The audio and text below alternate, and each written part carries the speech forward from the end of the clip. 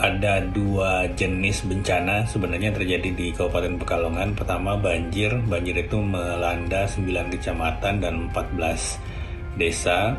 Kemudian yang menyebabkan fatalitas yang cukup signifikan itu adalah tanah longsor di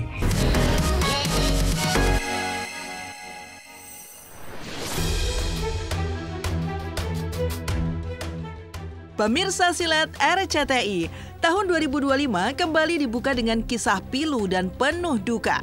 Tak hanya bencana kebakaran, hujan deras disertai angin kencang yang mengguyur sejumlah kawasan di Kabupaten Pekalongan, Jawa Tengah sejak hari Senin malam tanggal 20 Januari telah memicu bencana banjir dan longsor besar.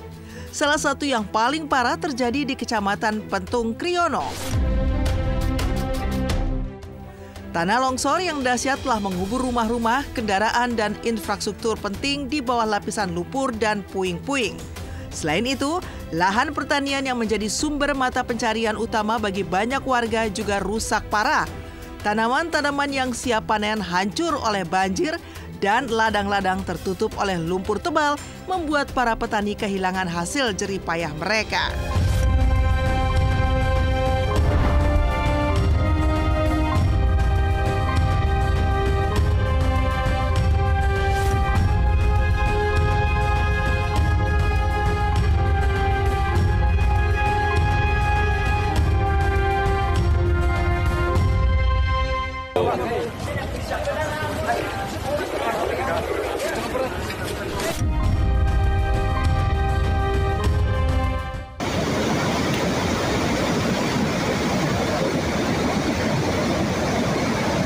Arus masih deras.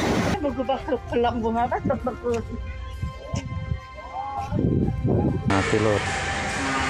Mana nang kono lor. Tunggale to kelim rono lor.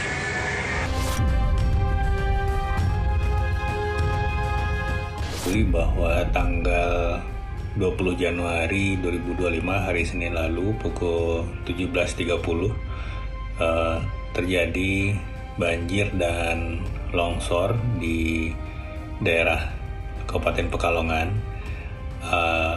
Ada dua jenis bencana sebenarnya terjadi di Kabupaten Pekalongan. Pertama banjir. Banjir itu melanda 9 kecamatan dan 14 desa. Kemudian yang menyebabkan fatalitas yang cukup signifikan itu adalah tanah longsor di Desa Yosorejo dan Desa Kasimpar, Kecamatan Petung Kriono di Kabupaten Pekalongan. Ya, saya turut prihatin dengan terjadinya musibah banjir dan longsor di Pekalongan, Jawa Tengah. Apalagi sekarang musim hujan dan ya diperkirakan cuaca yang ekstrim.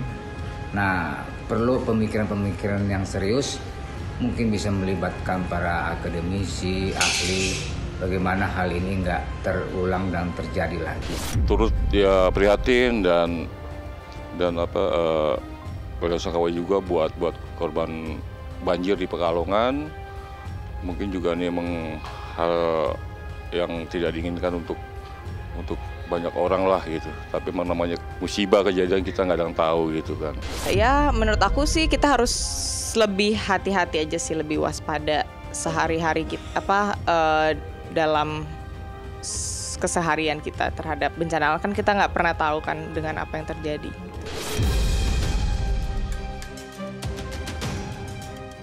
Ironisnya, bencana alam bukan hanya mengakibatkan infrastruktur yang rusak parah, tetapi juga merenggut nyawa yang begitu berharga. 17 orang tercatat meninggal dunia dan ada kemungkinan masih akan bertambah. Sementara 9 orang lainnya masih dinyatakan hilang. Di antara korban, Sekretaris Desa atau Sekdes Kasimpar dan anaknya turut menjadi korban di antara mereka yang meninggal dunia. Sementara itu, sekitar lebih dari 10 orang lain yang berhasil selamat pun harus menjalani perawatan akibat luka-luka yang mereka derita. Bahkan salah seorang warga menyaksikan langsung di depan mata tragedi mencekam saat istrinya terbawa oleh tanah longsor.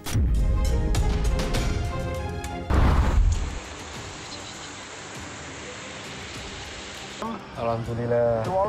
Temu maning. Sekitar 8 Yo, iki muga Mbak Ong dan Aurel bukan iki, sampe ngerti.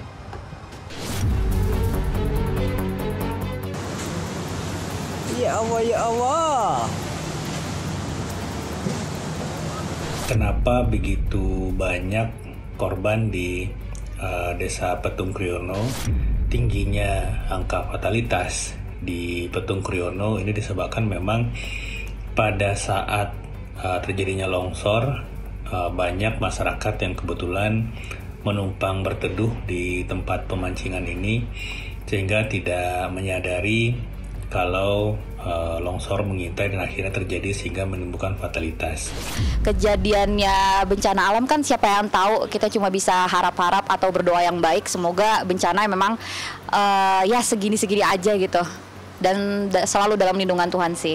Yang pasti sedih banget sih, turut berduka yang pasti untuk semua kerabat-kerabat saudaraku di sana, warga di sana yang kehilangan, berduka. Gak cuman kehilangan rumah, materi, mungkin kehilangan orang-orang yang disayang. Jadi gue pribadi pasti sangat prihatin dan turut berduka.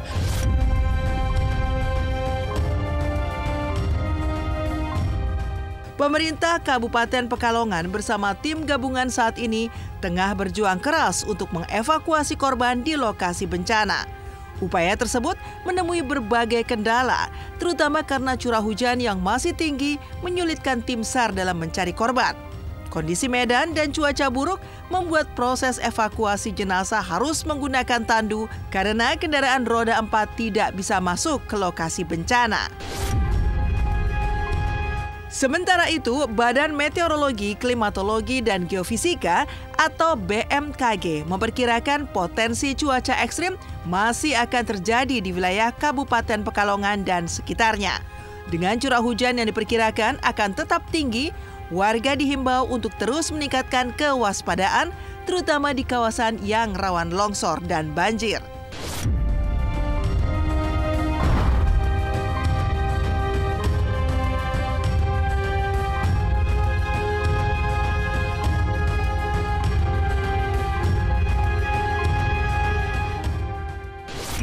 Kita tentu saja menghimbau, BNPB tentu saja menghimbau bahwa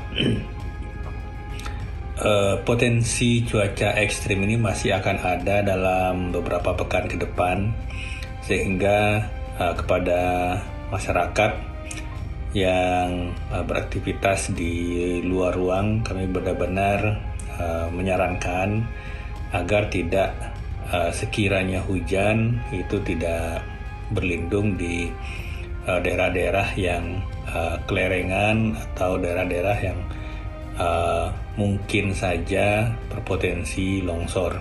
Kejadian ini ya, bencana alam ini ya,